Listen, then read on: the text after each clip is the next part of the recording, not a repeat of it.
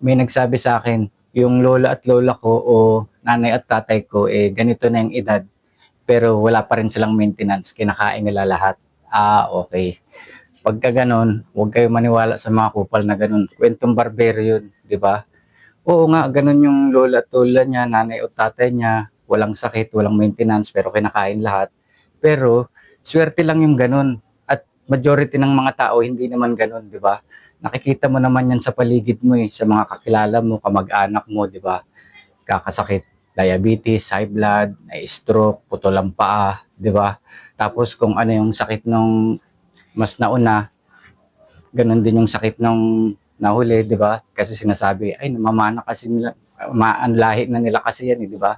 Pero kalokohan yun, hindi naman lahi yun Kung ano yung kinakain nung nauna, yun din yung kinakain mo, kaya ganun din yung sakit, di ba? Kaya pagka ganun, huwag kayo maniwala sa mga ganun kwentong barbero yun, di ba? Hindi naman yung buhay, hindi naman ganun nag-work Kung meron kang gustong makuha, gaya niyan, gusto mo maging healthy, ma-improve yung health mo, kailangan meron kang gagawin, di ba? Hindi yung hahayaan mo lang kakainin mo lahat, di ba? At ang magandang gawin yung ginagawa namin na low carbohydrate o tinatawag na the proper human diet.